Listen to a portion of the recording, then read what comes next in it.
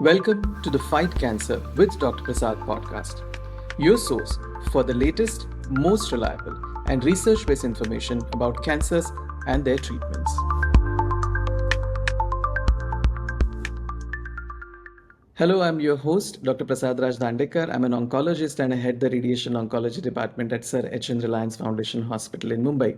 Today we have with us Dr. Sewanti Limaye, the Director of Precision Oncology and Medical Oncology at Sir H. N. Reliance Foundation Hospital. And the important thing about Dr. Sewanti is that after coming back from US, she has single-handedly changed the way we practice oncology in India. She has moved the focus from medical oncology, which is more of a generic treatment, like let's do some chemotherapy for patients, to a highly customized and precision oncology for patients. And she wears so many hats. She's an excellent doctor.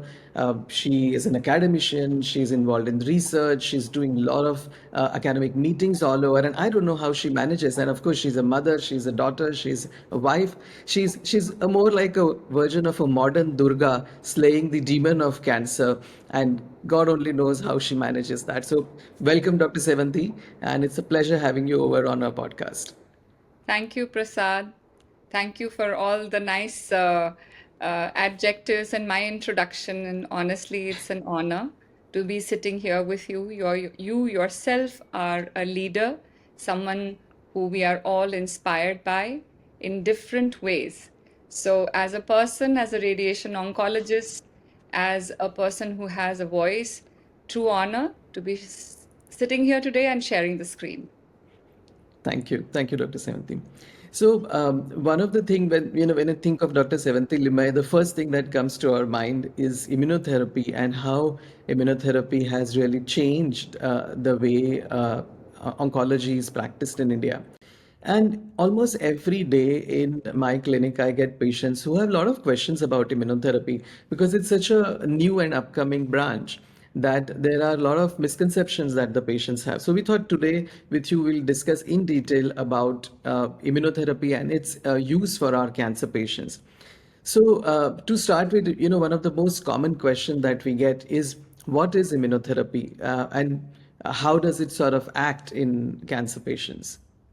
So, immunotherapy, Prasad, is a fourth modality in cancer care. There's a lot of excitement regarding immunotherapy, and I saw it play out in early 2000s when I was a resident, a fellow, and also a young faculty in Early Drug Development Center in Boston. And what it really became clear was that it was harnessing body's own immune system to fight cancer cells.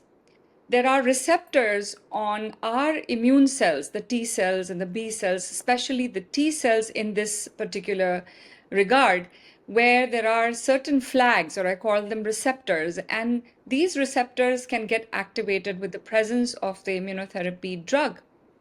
These are all FDA approved drugs, and they can activate the body's T cells to then attack cancer cells. So the tumor cells and T cells are separated by a field of repulsion, and we call it immune desert that surrounds the T cells. When we are able to break that down, break that field, and allow the T cells to come next to the tumor cells, and allow the T cells to then engulf the tumor cells, eat them up, that's how this current immunotherapy mechanism works. And it's actually revolutionized the way we practice oncology by bringing very, very amazing results even in advanced cancers. So I'm thinking of an analogy like chemotherapy is almost like you're dropping bombs on your on the war field, and that is causing damage not only to the enemy but also your own soldiers. And immunotherapy looks like a more precise way of actually giving very specific weapons to your own soldiers so that they only attack the enemy cancer cells and your own soldiers are protected. So it's a very different way of looking at treating cancers. So very wonderfully said, Prasad. Actually, when I try to explain immunotherapy to patients, I say, imagine two areas where we are trying to attack, because there are two areas. There is this person, the patient himself, and then there is this tumor, which is housed in the patient. When we give chemotherapy, we are actually causing destruction on the tumor, of the tumor. So we are destroying tumor cells because these are called cytotoxics. So they cause cell lysis. They are killing the tumor cells as well as the good cells. So they are also killing the soldiers. They are killing the tumor cells, destroying them, and getting a release of inner material from the tumor cells. But they are working on the tumor cells. When we talk about immunotherapy, it's actually working on the host. It's working on the host soldiers, on the T cells that are housed within the host. The tumor is also housed within the host, but the T cells are typically within me and you and the patient, and these are inherently owned by the host. So when you give chemotherapy, you're suppressing the tumor. When you give immunotherapy, you are empowering the soldier to further suppress this tumor and take over the tumor that has been controlled by either giving chemotherapy or targeted therapy or radiation. We've also heard a lot of that effect. So essentially, you're working on two different grounds. You're suppressing the tumor by giving a combination. Many times we do give a combination of chemotherapy and immunotherapy, or targeted therapy and immunotherapy. And that's how the mechanism works and plays out. Essentially, you are suppressing the tumor and you're elevating or empowering the body's immune system. And then that mechanism leads to a tilt in the power of the tumor, and eventually overcoming of the tumor by the good cells of our body, the soldiers of our body, the T cells that we are able to activate with the presence of these immunotherapy drugs. That sounds wonderful. I mean, it sounds like the side effects of immunotherapy would then be much lesser, and which is what also we see in the clinic, because in chemotherapy, it's sort of indiscriminate that, it will attack the cancer cells as well as host cells, and we see side effects such as low blood counts or mucositis or skin reactions. How does immunotherapy sort of compare to chemotherapy when it comes to side effects? So very different, because we are actually working in a precise way. We are working only on T cells. We are not harming or attacking the rest of the body. We are not touching the normal cells. So immunotherapy is very well tolerated. It is given to the young and the old, the strong and the frail. So all across you can deliver. In terms of deliverability, it's very easy, because even during the delivery of immunotherapy, you don't have any significant side effects. In my entire career of having done and practiced immunotherapy for over 2 decades, I've seen one infusion reaction. So it doesn't give any allergic, or even though we are prepared for it, I've hardly ever seen any kind of allergic reaction to an immunotherapy drug. That's one thing in terms of delivery. After the delivery, so there is no pre-medication, post-medication, because it's not allergenic. One point. The second point is that it doesn't really cause any cytotoxic damage. So it's not causing any destruction as it gets in. So if you talk about immediate toxicity, actually you don't see any of the stuff that we see with chemotherapy, like the mouth sores, like the lowering of counts, like the hair loss, or diarrhea or ulceration.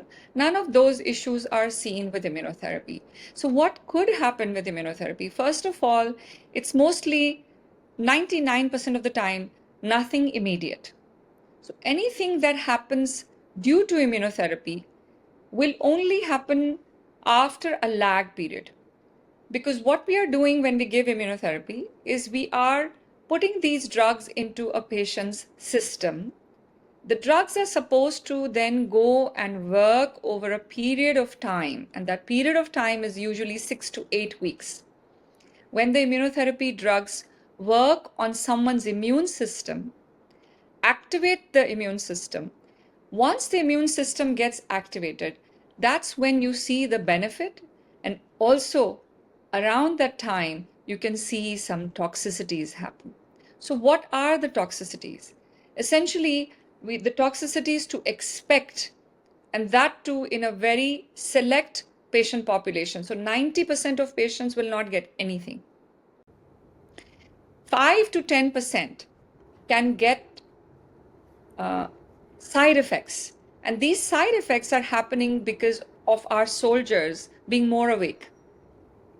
And sometimes also firing body's own cells and thinking of them as aliens instead of just the tumor. So the T cells that are our soldiers attack the tumor. So around 6 to 8 weeks, we expect immune activation and real work of immune system on the tumors. So we expect around 8 weeks that the immune therapy would have done something in suppressing the tumor. Around the same time, we also expect the side effects to be happening by extra immune activation, where not only does the immune system attack the tumor cells, but it may also then attack body's normal cells. And what do we see in that regard? We see inflammation of different kinds. We can see inflammation. Actually, I say this to the patients, any part of the body is not protected enough. We can see inflammation in any part of the body, and the key is to keep our antennas up.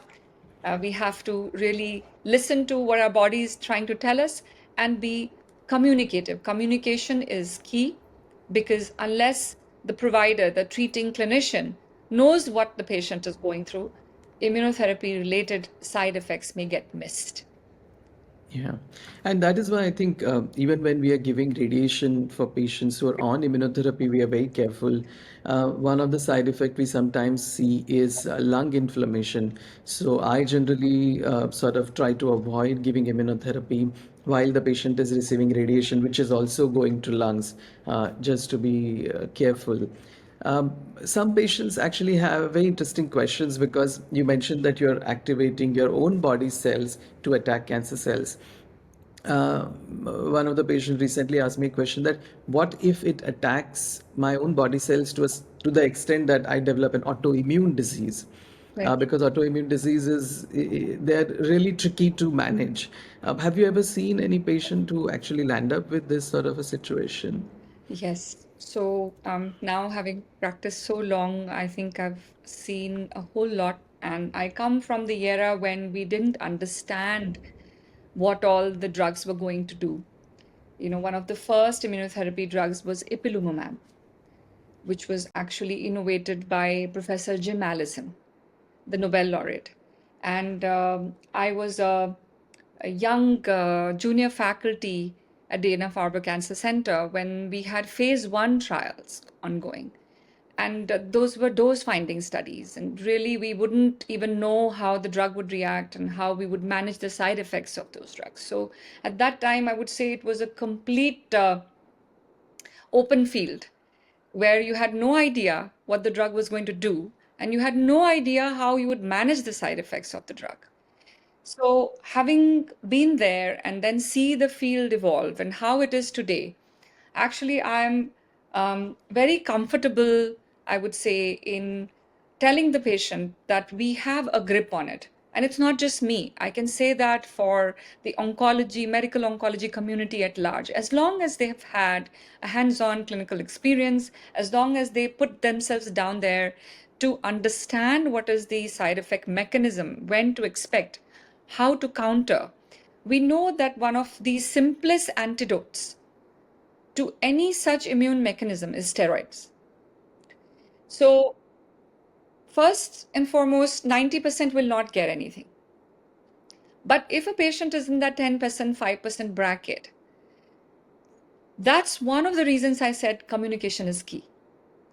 We absolutely need to be on high alert, just like we are on high alert with chemotherapy. See, with chemotherapy, what happens? Someone is on chemotherapy, people isolate that person. lock them up, zip them up, whatever, in the room and say, you can't come across anyone because you'll catch some infection, this and that. With immunotherapy, it's just such a well tolerated modality of cancer therapeutics that people relax.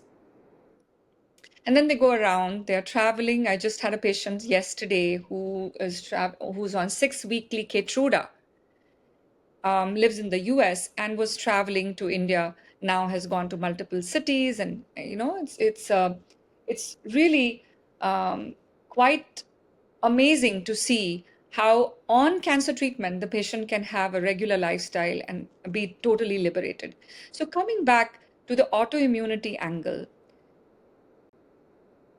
because immunotherapy is so well tolerated, we may not always be on a high alert and we may not pick up a symptom that quickly.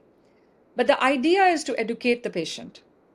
So we, in our discharge summary, always write out a large paragraph trying to bring the patient up to speed with what all to expect if at all this immune activation were to go overboard.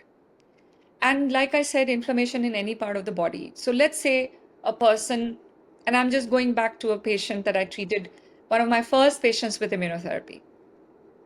So this was a patient at Columbia Presbyterian in New York. And the patient said, "Hey, doc, when I go to exercise, I can hear some gurgling sound in my chest."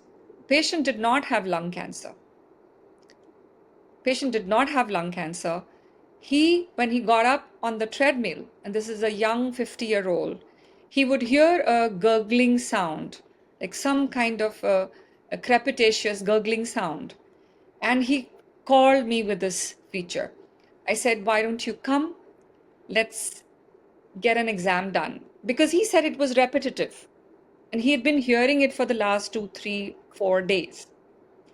And really, when we examined him, we saw ground glass opacity, which is like a fluffy, cotton wool fluffy thing in his lung. And we immediately realized that he was developing inflammation of the lung, something called pneumonitis. And even before he really developed a low level of oxygen saturation or any other discrepancy or any problem with his breathing, we were able to put him on the antidote, which is steroids, and we were able to ward off what we call grade 3 toxicity. And to me, it was actually grade 1 to grade 2. And as you know, we have a method to calculate. There is this CTCAE guidelines with which you can actually pinpoint which grade the patient is getting. And I knew that he wasn't in a grade where we needed to admit him. So we totally managed him as an outpatient. We were able to ward off a serious side effect from happening and a dramatic side effect that the patient would be scared of and wary of. And so we were able to treat his pneumonitis without any issues. We followed him. There's a slow steroid taper that happens sort of over a 4-week or a 6-week period. And once we stopped the medicine, we were able to get him off the steroids. We were able to re-challenge and give him the immunotherapy drug again because the toxicity was not a bad one.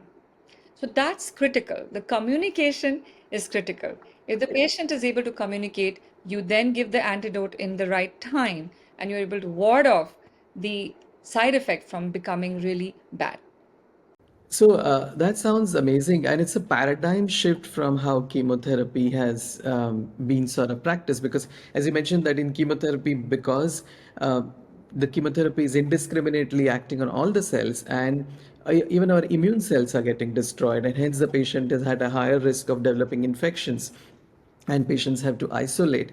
Where with immunotherapy, we are actually sort of strengthening our immune system to fight against the cancer. So it's a very, very different way of looking at cancer and its treatment. So that's a paradigm shift that's really going to help patients. When I started my stint in oncology, lung cancer, even when it was not metastatic, was like almost like a death sentence that, okay, he has lung cancer, okay, he has maybe 6 months to live. And now we are at the other end of the spectrum where even stage 4 lung cancer, which means the lung cancer has spread to other parts of the body, with the help of immunotherapy, we are able to keep these patients, immunotherapy also targeted therapy, keep these patients on a very healthy, fit, with good quality of life, almost for years. And you are, the primary person who's managing lung cancers with immunotherapy. What has been your experience in this? Yeah, I mean, I would totally echo the phrase paradigm shift. When I was a fellow, my senior, Dr. Yehuda Leibowitz, was my chief fellow, and I would go to him. And Yehuda wanted to practice lung cancer, and he was looking for a job as a thoracic oncologist. And I would tell him, Yehuda, why do you want to practice lung cancer? You know, every patient dies. Why in the world do you want to practice lung cancer? And he would say, I'm going to do lymphoma, and every patient is going to live, and then, it will balance my experience. But I really find it challenging. And this was early 2000s. And then came the revolution of precision medicine. And you saw lung cancer get characterized into so many different kinds of lung cancer. Lung cancer did not remain a single disease. So many targets evolved, so many targets, including targeted therapy and targets for immunotherapy. And true paradigm shift happened. And I think Yehuda's choice was a bullseye. It was spot on. And now he treats two diseases which are so highly uh, manageable, curable, and really very gratifying as an oncologist to treat lung cancer, where the results can be so different. From targeted therapy, people live on for a very long time. And from immunotherapy, those who respond can actually have a magical result. And some of my patients, after 2 years of taking immunotherapy, have gone off all treatments and even with stage 4 cancer remain disease free. So that's the beauty of immunotherapy in the field of lung cancer. Yeah.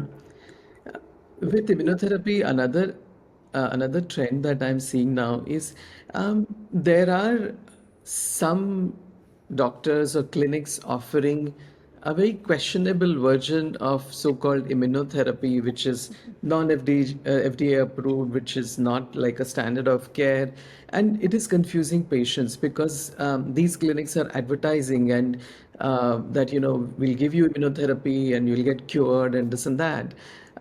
What do we do about? How do we educate our patients about what is the real immunotherapy and how should they choose the drug and how should they choose a hospital and an oncologist?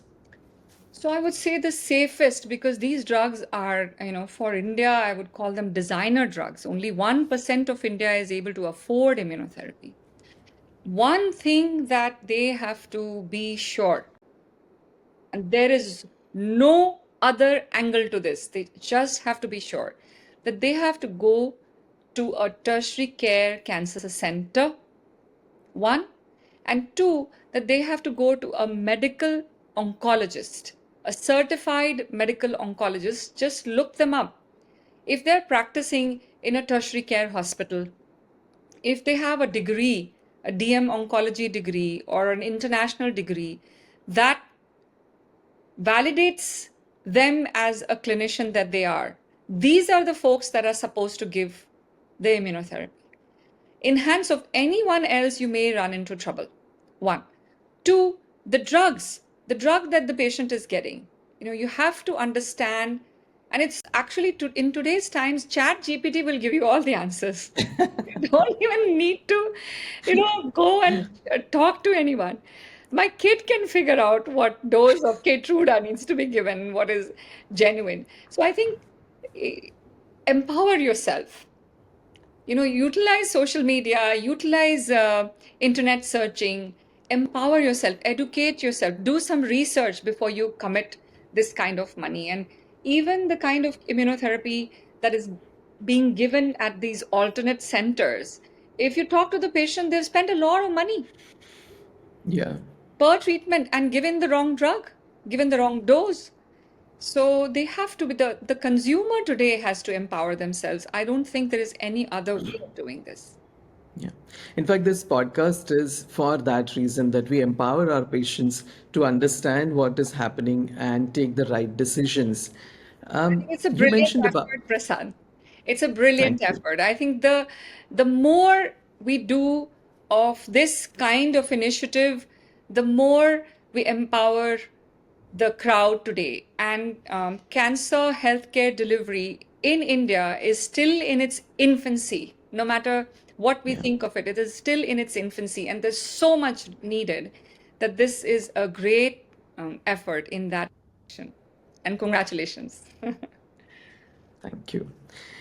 You mentioned about the cost involved and only 1% of India being able to afford immunotherapy. These drugs are also new drugs, so they're quite expensive. Tata Hospital recently conducted a trial where they tried the low dose of immunotherapy. What is your experience with low dose of immunotherapy? Does it work? Is there a role of it? So yes, Prasad, I think low dose immunotherapy application in the Tata study was again quite revolutionary. I mean, I think this was an effort in giving an answer back to the West of how innovative India can be in terms of cost saving measures.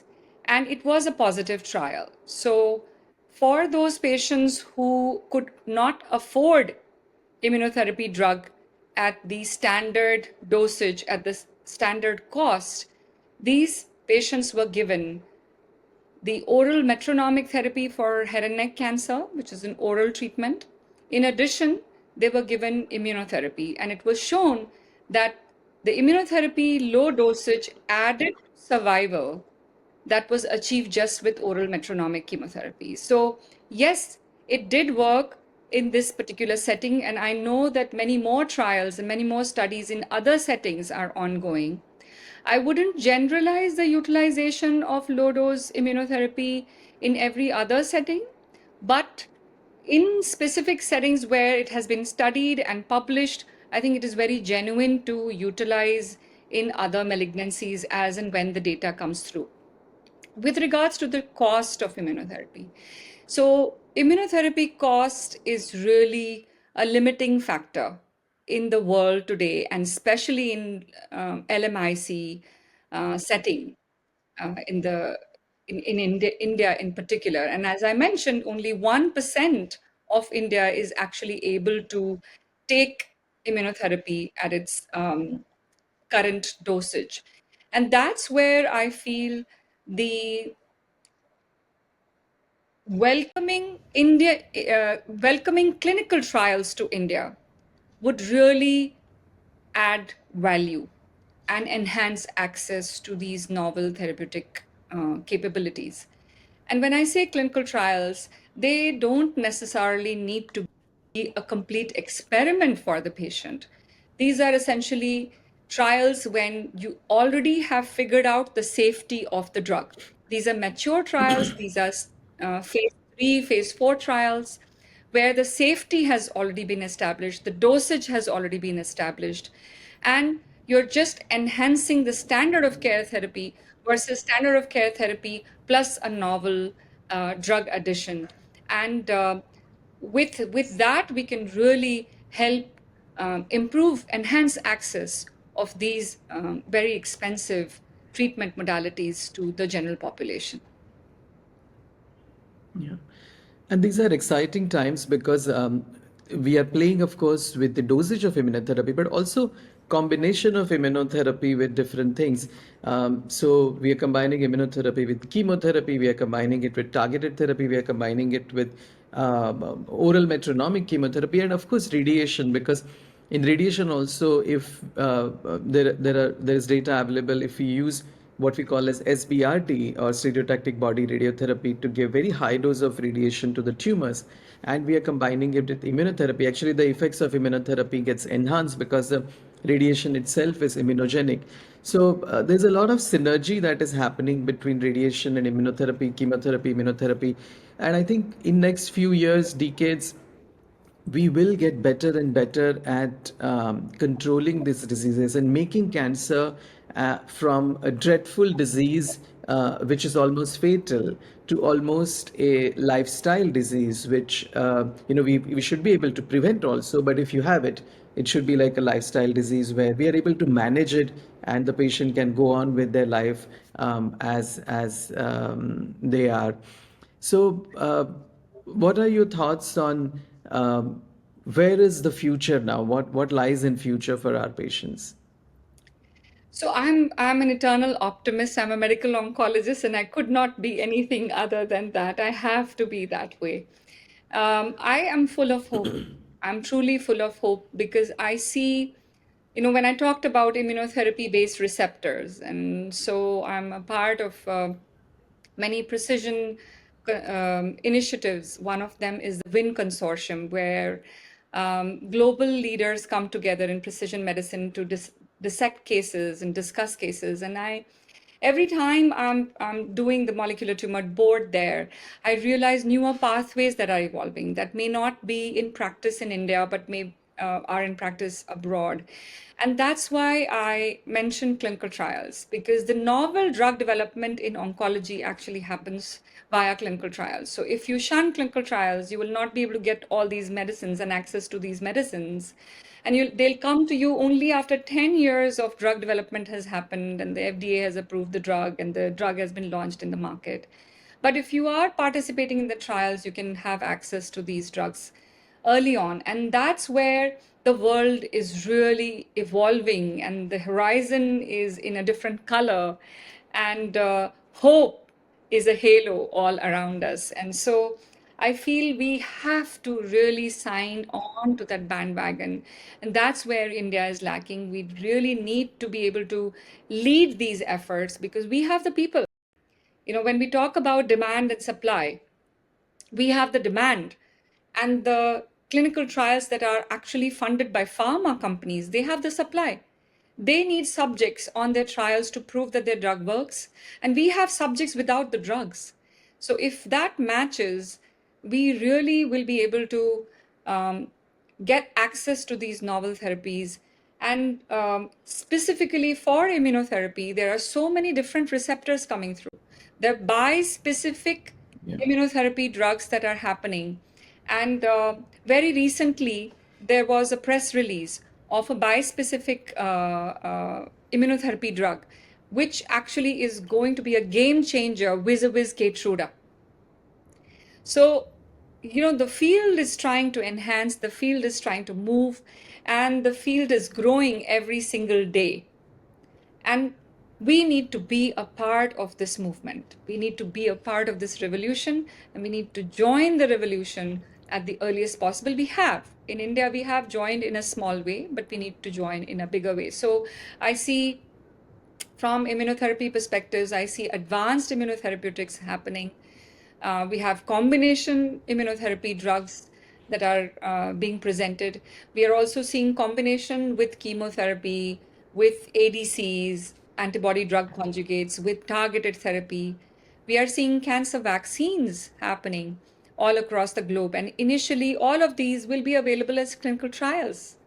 They're not ready for FDA approvals yet, so they'll be ready only in form of clinical trials. And then we have the CAR Ts happening. So I think the entire field of immuno-oncology, advanced immuno-oncology and cellular therapeutics is blossoming and bringing paradigm shift, bringing a revolution in cancer therapeutics. And I'm truly full of hope. We just need to be, I would use the word aggressive, because time is short for each patient that I treat. And that is where there is a desperation within a medical oncologist's heart to really see this move leaps and bounds and quickly so that we can save many more lives than we do today. And in India, Dr. Sevanti, you are not only part of this movement, but you're actually leading it. There's nobody who's doing as much as you are in terms of precision oncology, and we are very grateful that you are doing this. Um, Thank you very much for joining this conversation. It was really wonderful. And I think our viewers will get an in-depth understanding of what is immunotherapy and what do they need to watch out for, what are the side effects and how does it act. So thank you very much for sparing your time and having this conversation with me. Thank you, Prasad. Thank you for having me. I will take a moment to make an appeal, and the appeal is to go and screen this year. Each year, every year, we must all screen because of what we talked about. These are nuanced medications. They have come a long way. They can do a lot to save lives. But if we were able to prevent the cancer from happening, wouldn't that be beautiful? So thank you for having me and giving me the opportunity. This is a true privilege, Prasad, and I wish you all the power and all the luck in taking this initiative forward and creating a new horizon in cancer care health delivery. Thank you. Thank you very much. Thank you for joining us today. I hope you find today's episode informative. Please feel free to ask your questions in the comment section and we'll get back to you with the correct information. Please do like and subscribe to the channel, but more importantly, share this information with people you care about. Join me in this fight against cancer.